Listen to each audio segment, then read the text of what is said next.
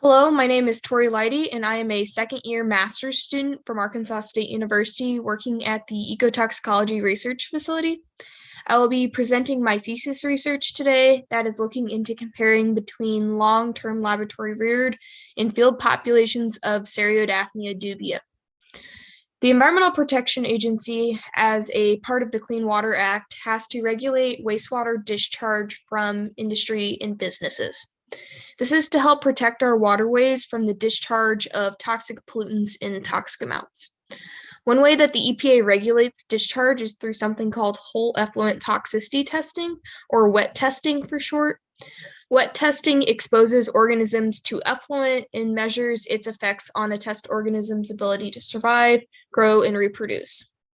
The results of these tests are used by the EPA for National Pollutant Discharge Elimination System permitting, or NPDES permits, which control how businesses can discharge water back into the environment.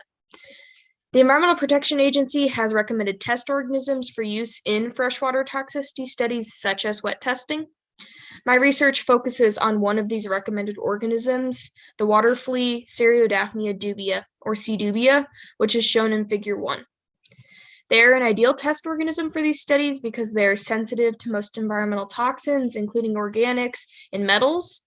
They reproduce frequently with lots of neonates, allowing us to run a lot of replicates in the lab, and are low cost to culture.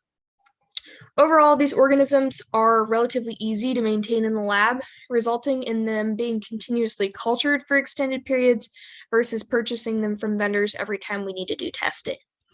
For example, at the A State Ecotoxicology Research Facility, our culture of C. dubia has been continuously maintained in the lab since June of 1999. Our concern with this is that the continual culturing of these organisms could impact how they respond to stressors and decrease the accuracy of results calculated in the lab. So for my research, I am investigating if long-term culturing of C. dubia impacts their sensitivity by comparing them to 3 field populations of C. dubia. So over the summer of 2021, I collected and started 3 field populations of C. dubia from 3 regional lakes, Lake Frierson, Lake Charles, and Lake Hogue in northeast Arkansas, which is shown in the bottom left in Figure 2. The 3 lakes have different degrees of agricultural intensity surrounding them, and so I have classified them as low, moderate, and high agricultural intensity sites. I then ran 3 sets of comparative toxicity tests between the 4 populations of C. dubia, which are detailed in Figures 3 and 4. The first set was with a common EPA reference toxicant, sodium chloride.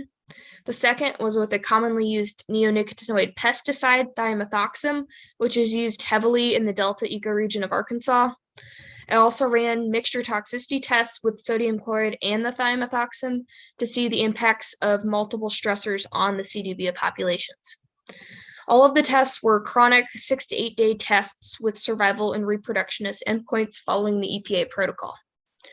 The results of the sodium chloride test shown in Table 1 had all 3 field populations being more sensitive than the lab culture.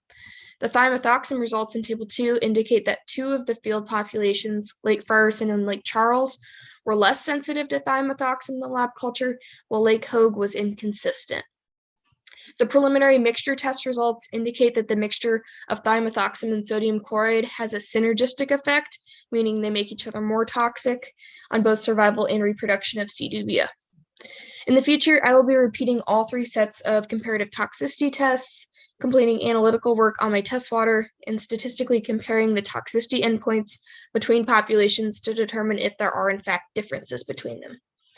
Overall, the study could potentially propose a change to the current EPA protocol for how we culture C. dubia and other Daphnia species, where we choose to periodically replace or add organisms to lab cultures to ensure the test organisms are representative of those in the field. Also, on a broader scale, with how WET testing and permitting is currently done by the EPA, potential differences in toxicant responses between and long-term laboratory reared test organisms could ultimately impact the regulation of chemicals and freshwater discharge. So with that, I would like to thank the ASU Ecotoxicology Research Facility, the Arkansas Audubon Society, and the Arkansas Game and Fish Commission for their support of this project, and would be happy to answer any questions.